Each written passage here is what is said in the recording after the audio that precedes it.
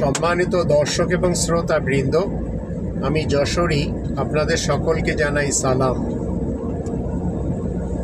পৃথিবীতে অনেকগুলি উপাধি রয়েছে, যে উপাধিগুলি অর্জন করার জন্য স্ট্রাগল করতে হয়।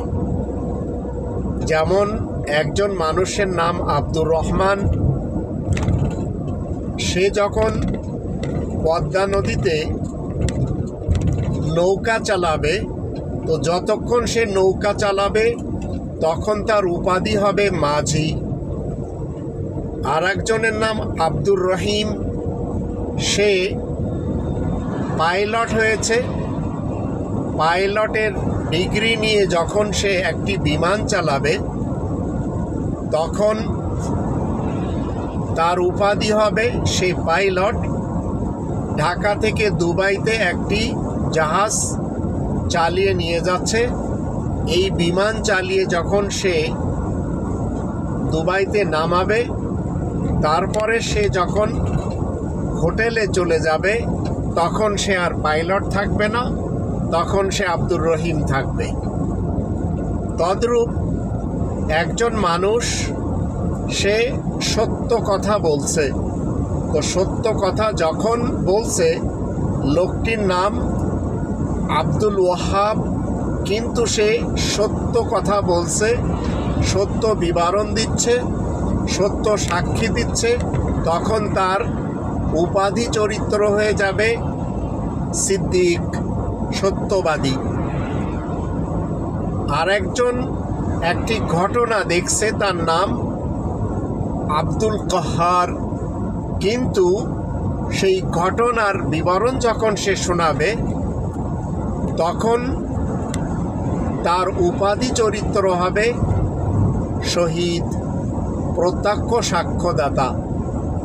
ঠিক আর একজন ব্যক্তি, সে মিথ্যা বলার প্র্যাকটিস করে চলেছে, যত সময় সে মিথ্যা বলবে তখন তার উপাধি হবে কাযিব, মিথ্যাবাদী। একজন ব্যক্তি আয়াত প্রচার করে চলেছে, যত সময় সে আয়াত প্রচার করবে তো সে প্রশংসিত হবে আল্লাহ তাআলার দৃষ্টিতে, যার ফলে তাকে একটি উপাধি দেওয়া হবে, ততক্ষণ মুহাম্মদ। তো আয়াত প্রচারের কারণে প্রশংসিত হয়ে মুহাম্মদ উপাধি ধারণ করতে হয়। এটি কোনো নাম না, যেমন ক্যাপ্টেন কোনো নাম না, যেমন মাঝি কোনো নাম না, যেমন পাইলট কোনো নাম না, যেমন মুনাফিক কোনো নাম না, যেমন সিদ্দিক কোনো নাম না, শহীদ কোনো নাম না, সালেহ কোনো নাম না। কিন্তু আয়াত যতক্ষণ আপনি প্রচার করবেন না ততক্ষণ আপনি প্রশংসিত মুহাম্মদ উপাধি ধারণ করতে পারবেন না। কোরআনের 33 নম্বর সূরা আল আহজাবের 40 নম্বর আয়াতে বলা আছে, মা কানা মুহাম্মাদুন আবা আহাদিম মির রিজালিকুম ওয়ালাকিন রাসূলুল্লাহি ওয়া খাতামান নাবিয়্যিন ওয়া কানা আল্লাহু বিকুল্লি শাইইন আলিমা। আয়াত প্রচারের কারণে প্রশংসিত মুহাম্মদ তোমাদের মধ্যকার কোনো পুরুষের বাবাও না, দাদাও না, নানাও না, পরনানাও না, কিন্তু মুহাম্মদ আয়াত প্রচারের কারণে প্রশংসিত উপাধি ধারণ করে আল্লাহ তাআলার বার্তাবাহক রাসূল হয়। আর কি হয়? ওয়া খাতামান নাবিয়্যিন, এবং সকল বিশেষ খবরদাতা নবীদের সিল মোহর হয়। তো সিল মোহর একটি উপাধি। এই উপাধি 19 জন নবীদের জন্য মুহাম্মাদুর রাসূলুল্লাহ লাগিয়ে থাকেন।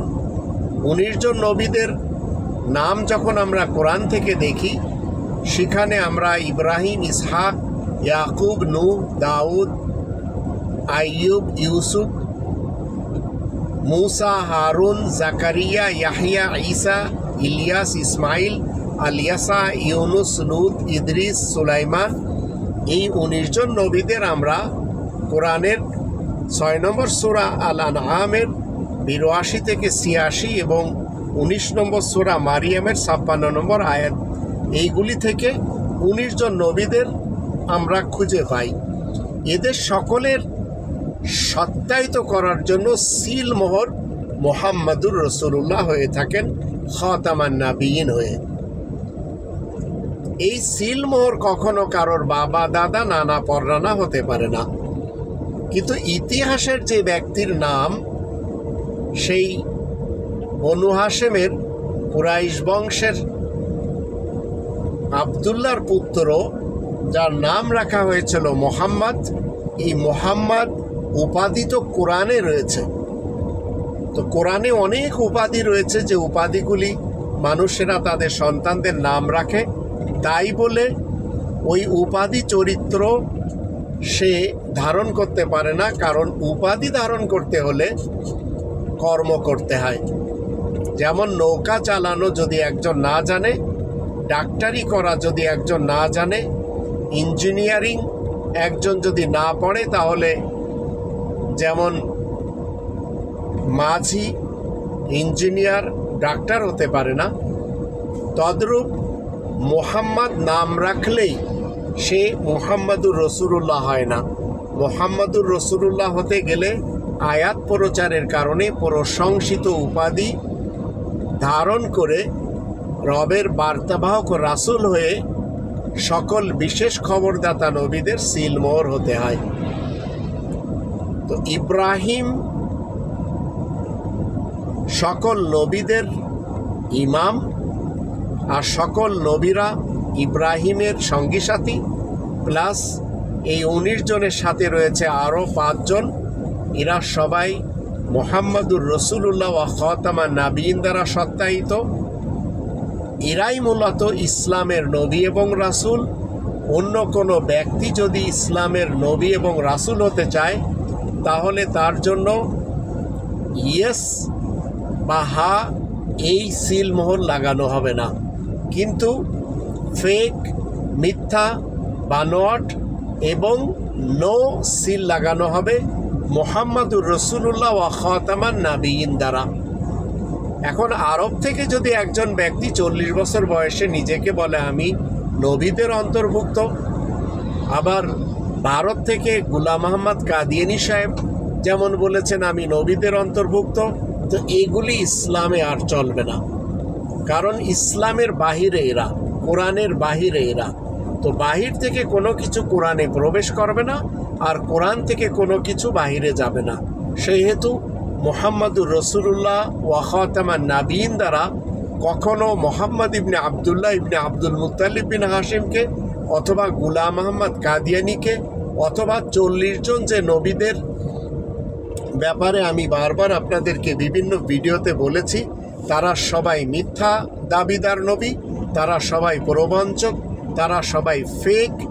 এই ফেক নবীদের দিকে যদি আমরা চলে যাই, তাহলে কখনো কোরআনের মুহাম্মাদুর রাসূলুল্লাহ ওয়া খাতামান নাবিয়িন আমরা আঁকড়ে ধরতে পারবো না। কারণ ফেক নবীগুলি, ফেক রাসূলগুলি, ফেক এবং মিথ্যা প্রবঞ্চক যত নবী এবং রাসূল ইতিহাসে আমরা দেখতে পাই, সেগুলির একজনও কোরআনের মুহাম্মাদুর রাসূলুল্লাহ ওয়া খাতামান নাবিয়িন দ্বারা সত্যায়িত করা না। তাই সেগুলি সবই ফেক।